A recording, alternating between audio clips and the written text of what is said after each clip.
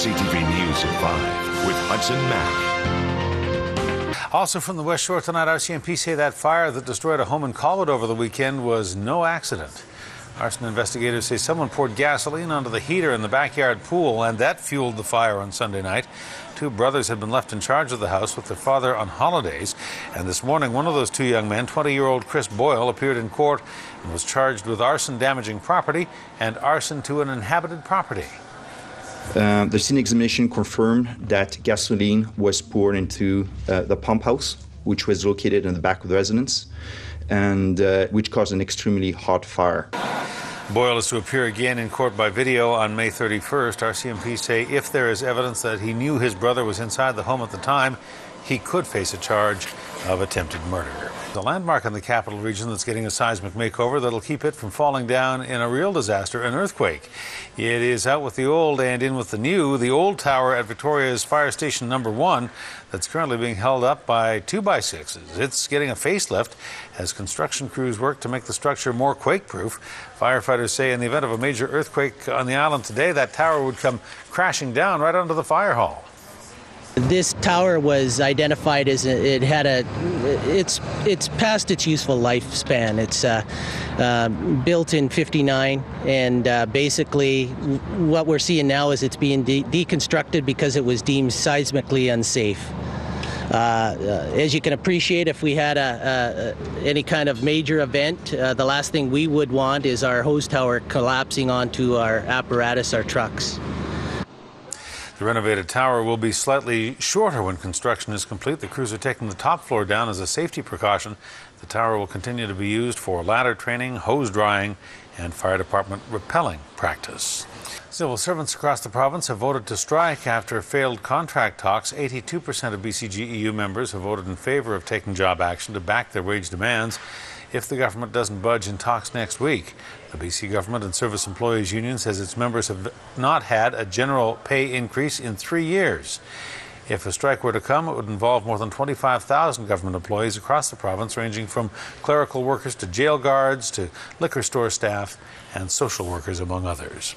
Well, it's no secret that we have some of the best drinking water you will find anywhere in Canada, but BC's Deputy Provincial Health Officer says there is still more we can do to make sure that our water supply is safe. The Deputy Provincial Health Officer, Dr. Eric Young, released the 2011 progress report on the action plan for safe drinking water in BC today. He says there were no outbreaks of sickness caused by waterborne disease from 2007 to 2009. The number of boil water advisories across the province jumped, though. That, however, is the result of an increase in the number of screening systems in smaller communities. Our water is considered among the best in the world, so you're advised to drink out of your tap, not bottles. Well, we have some of the cleanest water in the world. And I would advise people, for the cost of water, which is less than 1/10 of a cent a liter, that we're getting the best value in the world. If you buy a liter of bottled water, you can pay $1 or $2 for it. So I think that the drinking water quality in Vancouver Island, for example, is really excellent. The source water is protected. We have a protected watershed with the CRD, and the treatment plant is excellent. The only concern that the water report turns up on Vancouver Island is Comox Lake. There's a lot of development happening around the lake, and there's no official water protection plan in place. Instead, there's a regional team that's monitoring the water supply. It still has to come back with the results of its findings. 2 people have now been charged in a smuggling operation, accused of smuggling a shipload of Tamil migrants into British Columbia. Those charges involve the rusty MV Sun Sea, which arrived at CFB Esquimalt in August 2010 with nearly 500 people on board. Leslie Jana Emanuel and Kuna Robinson Christadraja are accused of organizing and aiding in the smuggling operation. The pair was arrested in BC. The Canadian government has also filed an extradition request in France for a 3rd man wanted in the case. 6 men from the ship remain in detention nearly 2 years after it landed. 19 passengers have been issued deportation orders. 6 have been accepted into Canada as refugees. With the hot weather and the long weekend on the horizon, Saanich police are getting a jump on aggressive driving. You may have seen them doing their thing today. The intersection of Quadra and Mackenzie is considered one of the worst in the province. That's where the Saanich officers set up shop this morning. Traffic cops were looking for the usual things: drivers using handheld devices, those running yellow lights, or going right through the red.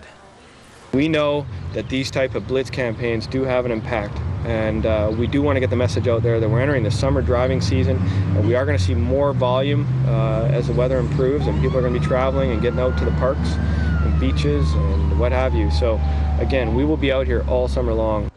The Saanich traffic cops say throughout May they'll be concentrating on intersections and handing out tickets for any kind of risky behavior they see behind the wheel. The blitz is part of a province-wide ICBC crackdown on aggressive driving during the summer months. The president of the University of Victoria, David Turpin, says he will be stepping down from his position at the end of June 2013. Turpin says he'll leave his post after 13 years. Under his leadership, UVic has emerged as one of the country's leading comprehensive universities. Turpin says the university marks its 50th anniversary this year, and his timing is good as he leaves a new president with a solid foundation for the next half-century. Well, the Salvation Army is saying thanks to all of its volunteers, and it did it today by offering them a tasty treat.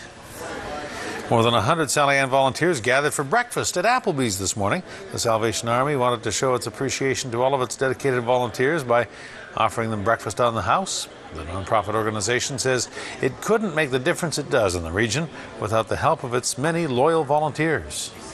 We can't do what we do in the community without the additional support of our volunteers, so it's extremely important to show them that we appreciate what they do for us. We work every day of the year.